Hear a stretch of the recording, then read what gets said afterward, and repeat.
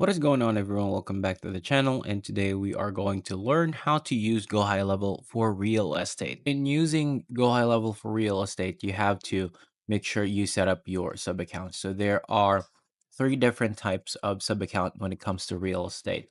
So let me show you. Let's go to sub accounts and click add sub account and type in real estate, and you will see the first one, which is real estate agent. And then if you type in the search term property, you will see that there is the property investor snapshot and the property management snapshot. So we will briefly take a look at the differences among the three snapshots. So for all the snapshots that you're going to create, there will already be um, templates that are included in the snapshots. So it's really easy for you to customize and just build them instead of creating every single template from scratch. So yeah, let's talk about the right snapshot to choose and the differences among the three snapshots. So for the real estate agency snapshots is for realtors, real estate agents, brokers managing listings and clients, and their primary goals are to generate buyers and seller leads, nurture leads until they're ready to transact, automate follow-ups to convert prospects into clients, and showcase properties via websites and funnels. So, to show you a quick overview of a sample funnel for a real estate agent snapshot. So, here's how it looks. So, as you can see, this funnel page is geared towards selling properties to potential clients. Now, let me show you a sample of a simple automation workflow for real estate agencies. So let's say a visitor from your funnel submitted a form, let's say a valuation request form, and then after they submit the form, they get an email, and then an appointment is booked for their consultation. Now, for real estate investors, it's generally for house flippers, wholesalers, buy and hold investors, cash buyers, and distressed property investors.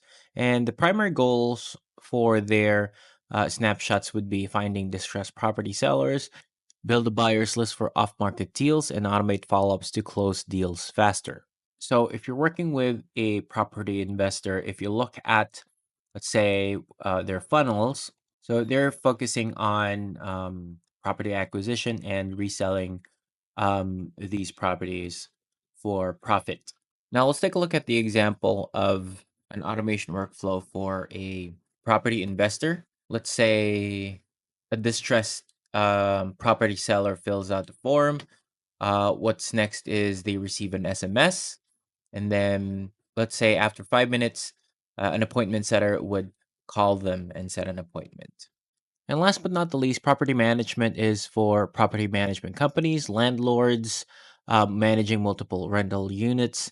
And the goals for their snapshots would be to attract property owners who need management services, automate tenant communications and rent collection, and streamline maintenance requests. And if you take a look at their sample funnel, if you see the services they're offering, it would say property inspections, maintenance repairs, rent collection, marketing and leasing. So those services are offered for uh, property management. Now, for a workflow automation for property management, let's say this is a maintenance request. Say a tenant submitted a request form. After that, they're going to get an email confirmation, and then the task would be assigned to a member of the staff. All right, now let me show you a common workflow automation for real estate. It could be used for any of the three.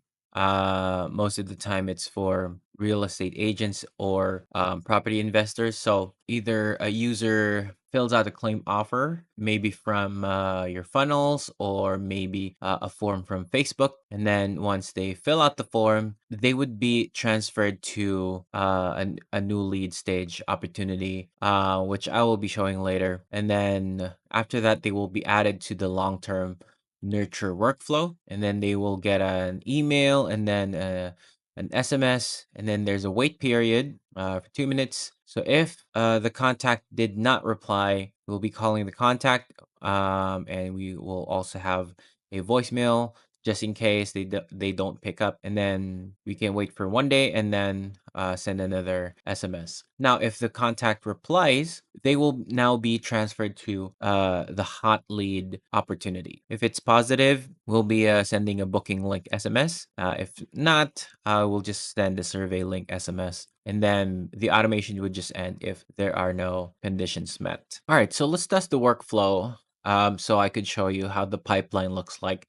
So I already pre-filled the form for our automation. So click submit, and then we're expected to receive an email and SMS. All right, so as you can see, there was already an email confirmation submitted. So as you can see, all your leads will be visible here in the opportunity section under any of your pipelines if you have multiple pipelines. So this lead, you can either call your lead, you can view your SMS conversations, WhatsApp, and email. You can also add some tags for your lead. You can add a note. You can add a task for this lead, and you can also add an appointment.